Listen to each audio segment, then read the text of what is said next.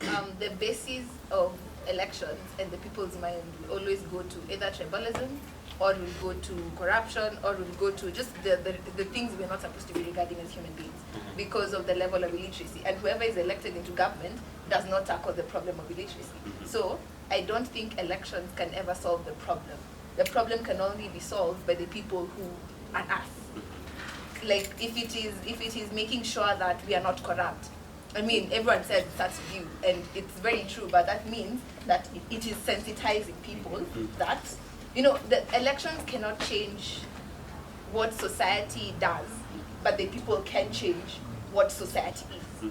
And the only way that people can change what society is by not looking at what the government is doing, but rather looking at what they can do as a person. For example, right now we're learning, most people, as of this moment, have been learning leadership skills and dealing with people and stuff like that. Most people, I would say.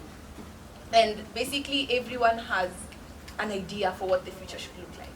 And these people who have an idea of what the future should look like are people who are not aspiring to be leaders, who are not aspiring to even vie. So these people who have these visions for tomorrow are the ones who can actually bring change to the point where we get total literacy, and then now, people who are actually vying for positions are people who are learned and can actually tackle, if there are problems in the country at the moment. So it is only in the hands of people that change can happen, but not in elections. So only in the hands of the people that change can happen, but not through elections? Not through elections. What do you think? First, I agree with her partially, because I think election is not the only solution. Elections should be part of the solution. Okay. Like you can't tackle a problem halfway. You have to go deep inside and face it. So looking at elections, we have had a lot of change in our country through elections.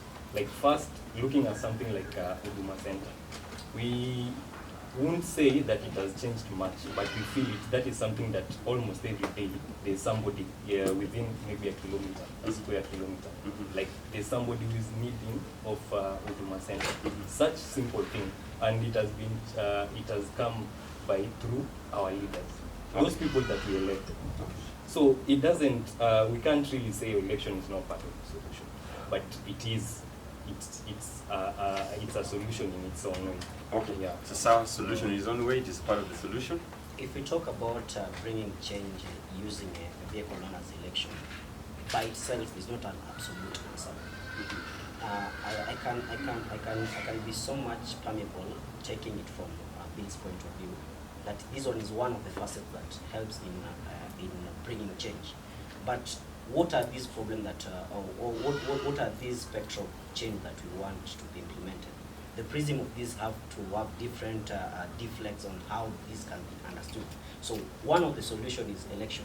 Other things that there are some people who are technocrats, there are scholars. If we combine this cocktail and insert something that is greater than only solution based on electioneering period, because in a period of electioneering, you will find somebody that has a clout will come and have that in simple or impervious follower. Then they give this person a position in leadership. Will this person bring significant changes while in serving? No. But you find those people who are outside, they'll play part in or outside that without being elected. So election by itself is not only the solution of this, but is part and parcel of this conveyor belt of change that we're getting. Okay, so sawa, Alana, mnapiga makofi. Mtu akiwabamba, mnapiga makofi. Na msipigie kwa sababu mngesema.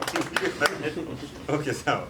So, as of now, election is not the solution, but maybe in the near future, if the level of literacy changes, election can be a very, very powerful vehicle for change. Because I've tried selling my manifesto, but to the citizens. Truly speaking, if I went there and started saying those things, like it wouldn't make sense to them. They just want to hear pesa mkono. Pesa mfukoni na pesa mkononi. And those are unpractical things. So for this year, all the leaders will have are the pesa mkono economies. So maybe if we change the level of literacy, that someone can come and tell you that, you know, there's no way you can have, can stop borrowing money. The only way is to increase tax, which is not. So you know, those are things which, if you tell to the next generation, which will be more literate, yeah, then they'll vote for you. Okay. So if we change the level of literacy, now that will be a very powerful vehicle, because now they'll be voting for people with real ideas, not the pesa mkononis. But as of now, it's even making the situation more worse, because only pesa mkononis are getting the power. Okay. So for now it is change, negative change, yeah. Okay. So unasema change itakuwa negative, ndio? And by the way, for the sake of wale wenye wanatusikiza na wenye watch sasa hivi, tuchanganye tu lugha tuelewane zaidi. Because this change that we're talking about nataka ifikie yule mtu mwenye ako pale mtaani, unajua kuna kizungumzo safi na kianza kuweka hapa tutapatana kabisa, ndio? So when Sabian says that it is just a cocktail, when cocktail hapo hivyo, ningetaka maybe atuambie hata zaidi now, maybe in a simpler language alikuwa anamaanisha nini? If we talk about cocktail, this is a mixture. So this is a mixture of different components and portion. Inaleta simple compound. You know, a compound what was made is a mixture of two different elements. We have to bring out a compound. So this compound, ni kitu tunaongelelea hapo. Tunataka mchanganyiko wa isiyo ni kitu ambacho kiko na usawa mmoja pekee yake. Lazima kuwe na mchanganyiko wa vitu viwili ambavyo tutaleta kitu kimoja ambacho kama wananchi tunaweza jiangalia tuseme ati huu ndo nembo yetu. Nembo yetu ni hapa. Ni kaa yetu, tunaweza kaa chini tuseme kuwa ati licha ya kuwa tuko na utofauti katika kadra vitu vingine, lakini kuna kitu kimoja ambacho tukishikilia inatuonyesha kama mwelekeo. Na tumejiuliza swala kuu hapa hivi, tumejiuliza kuwa kama mbinu ya kupiga kura inaweza leta mabadiliko katika nchi. Ndiyo, tukiangalia katika viini vyake vidogo na tuanze kudadavua hivi vitu, tuongelele ni nini na nini tunaweza taka hapo hivi. Kura yenyewe tukiongelea kwa kweli, kama tumeipatia vini ambavyo vinatakikana, tukipatia baadhi ya miundo misingi ambazo zinatakikana, inaweza kuwa kama swala muhimu, kwa sababu tunasema ukinikubali nipande katika lugha hiyo nyingine, tunasema a country that is not well governed, that is a country that is full of perjury, and we don't want to be in an anarchy state of a country, because we must have that good governance that sculptures tuangalie kwa ati kuna kitu ambacho imetukuza kama wananchi. Hiki kitu ni kipi? Kama hatuna hicho, hata tukipiga kura hataona mabadiliko. Lakini kura yenyewe inaweza kuwa swala kuu la kuleta mabadiliko katika nchi. Demokrasia ile ikuzwe vizuri, lazima tukuwe na swala msingi, na vitu vivi lazima zianze pale kwa civil education. If we are not well educated, trust me, electioneering part of it. Yes. Good. So at least nyinyi wote mmesikia like the introduction part, ndio? Yes. Serikali mbinu mbinu na inafanya kila kitu. Serikali mbinu. Okay, so if election versus is not the issue hapa hivi, sasa wale wenye wanasema hapana, election ni kama haitaleta ile change nataka, or it is just part of the solution. What is this one solution basi tunasema in election is part of? Lazima iambatane na nini? Literacy. So you mentioned literacy, alitaja literacy. By the way, alitaja literacy here. Literacy inakuja nini? How is literacy affecting election? Because ka ujenda shule, there's a possibility unaweza danganya virahisi. Because unajua masomo pia knowledge yako. Unaweza tell hata pia in terms of EQ, which is emotional intelligence. Yeah. So ina build to the capacity that tunaweza tell huyu mtu ananidanganya ama ananiambia ukweli. Na pia inakuwa rahisi wewe pia kuangalia nyuma ukatell okay, kulingana na historia yake maybe si hata politician, ni mtu ndio anaanza mara yake kwanza kufanya. So alikuwa na work in a certain campaign, then you look at their track record na useme okay, this guy ile kampuni alifyonza kabisa hadi haina kitu. Sasa mtu kama huyu siwezi mpigia kura. Na nini ndio itakusaidia uko in a position kuangalia kama sasa hivi unajua we are evolving and now Kenya is turning into a technological country. Like you can't, there are a lot of courses ama careers that you can't take part in if you're not able to use even something as simple as a computer. Okay. So with that, inamaanisha lazima pali tunaelekea lazima kuwe na kimasomo, kuna pali umefika kiwango ambayo kinaweza kuwezesha ukaweza kutel kama kitu yenye naambiwa ni right na wrong, ama is it possible. Away from your point of literacy, why don't so many Kenyans believe in elections? Have we lost hope in the politicians? Have we lost hope in the politician of the day? Because you see, kwa hii process election, who we are acting for ni politicians leo. Yeye ndio tunataka tumweke kwa ofisi. Have we lost hope in the politician to the point that election tumeona siku hizi yenyewe imekuwa useless sana? Because kama mmeangalia like in the previous episodes, hii topic ilitokea sana to the point that we even asking people, utachukua kura ama utachukua, na kama utachukua kura utapiga ama utapiga. Have we lost hope in the politician? Yes, we have. That is why we are talking about lesser evils. Okay. It's because we have seen that all of them evil, in the sense that they have no interest of the people at heart, they have no interest of the future at heart, and they have no regard of the past. So none of them is none of them is able to stand, and Kenyans can look at this person, even the literate ones. No one can actually say that this person I can vote for, because this person is looking towards my betterment, this person is looking towards the future of this country, sustainable goals, everything. You know, there's no one here, mwenye you can actually vote for them. That is why right now we are talking about lesser evils. So that is why people have lost hope, because if we have to go up to the point of looking for lesser evils to vote for, we're basically voting in people who we know will let us down. So why should we vote for them in the first place? I'll pose a question to all of us. Saizi tuseme na contest for presidents, then niwaambie, as a country, apart from just kuhakikisha that every home will have piped water, every home will have piped tea. Ukiamka tu unapata tu fungua tu tap unapata tu chai kwa kikombe. Will you vote for me ala? Western.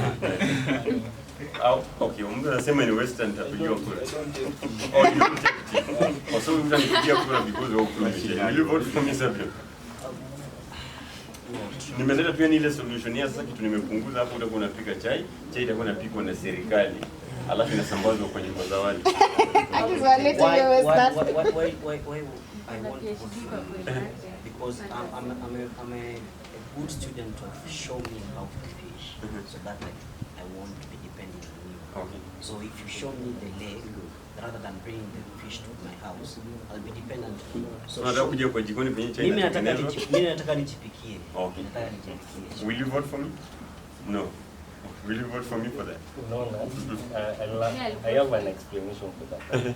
Najua people vote according to what, like, kitu yenye unajua leaders they are very smart. Mtu atakuja identify hii ndio shida yako. Alafu atakuselia ni solution. So kama hiyo ni problem yangu, I'll vote for you. But for me right now, that is not my problem. So I won't vote for you. Ya kuniambia na uchungu hiyo. Give you example. You get the point. I'll vote the same vote that Bill is trying to be because if that is the problem that you'll vote the same vote that Bill is trying to bill me with. Yes. Hey. So because you understand that that is the clarion point that is being used with the number 2 and the form, because they are using. When I had ardent supporters of number 2 speaking, they were in a certain forum somewhere. In a certain forum, is a specific day. They were speaking about the former. That the language that the number 2 is speaking now is the actual language that former was speaking years back. because Number 2 is William Samoei Ruto. Former is the right. not right. Okay, the Honorable Raila Amolo Is Odinga. Raila Oh.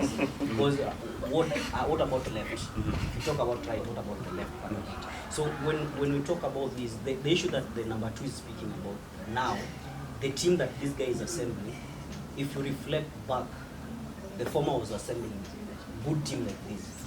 Did he deliver? Because we should not be paranoid and be so much be oblivious of the numbers.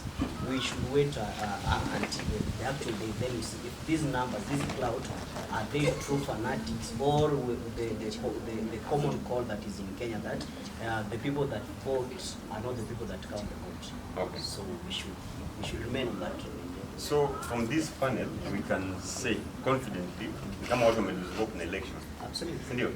So if election is not actually like the way, so the question that nauliza hapa hivi, what is now the way? Maybe kila mtu anipatie tu point yake moja moja. What is the way to this change that we're talking about?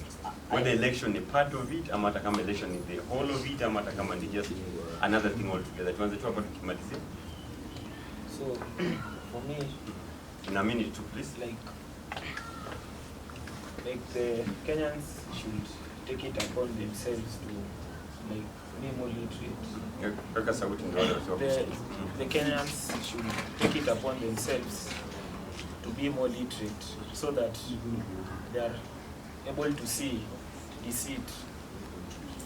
When a politician is selling you a dream, they'll be able to see it so that they can elect like the younger generation. Like let's say the member of parliament for Kibera, Pondo Vaid, Marigo also Vaid, and Imran Vaid. So people voted for Imran because of ODM, Mariga because of the other party, and they were just selling them dreams, after giving them the small changes, small money. So what should we do? So What is the way to that change? That's the question I'm for asking. us, let's be more literate and let's like clean off this generation of politicians. This generation because How do we clean them out without voting? so like that's what I'm saying. Let's be more literate so that if people like Opondo decide to buy, you vote for not the one who speak can vote and not that Opondo. Okay. Yeah, the real Opondo. So if he decides to buy, let's see a young person with an agenda, you will vote for that person. But as long as you came the generation of the former number 2, we look at you with a keen eye. Okay. Turuke pale tukuje hapa tumalize hapa. Less than a minute kind of. Less than a minute. First, we should be able to dig deep.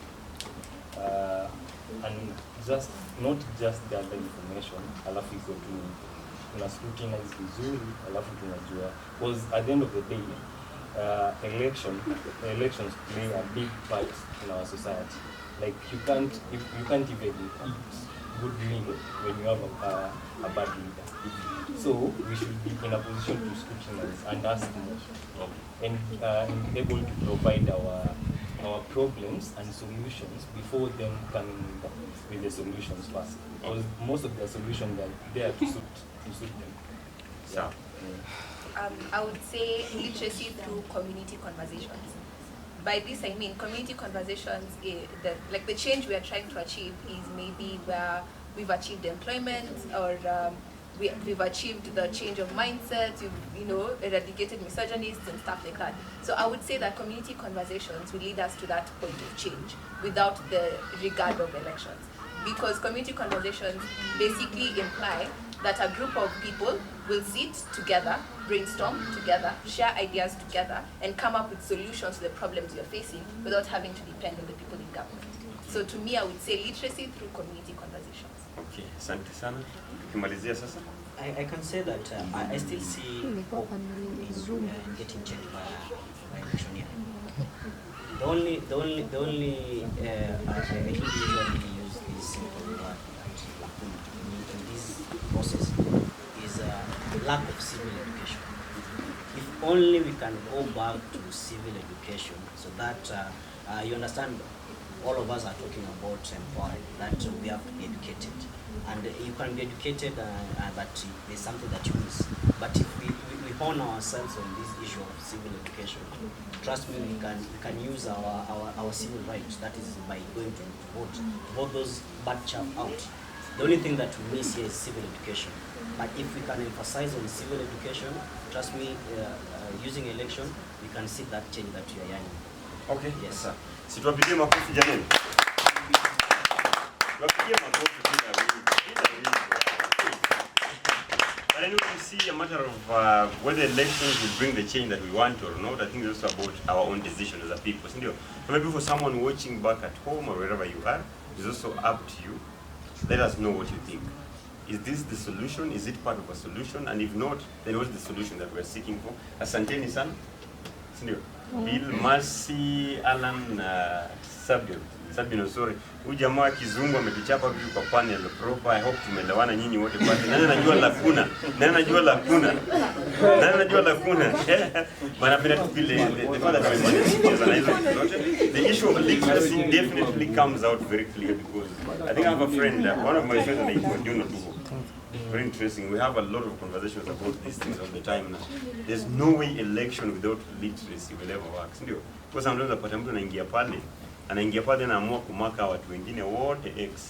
Yeye anatoka hapo hivyo akisema nimekasirika na watu wote.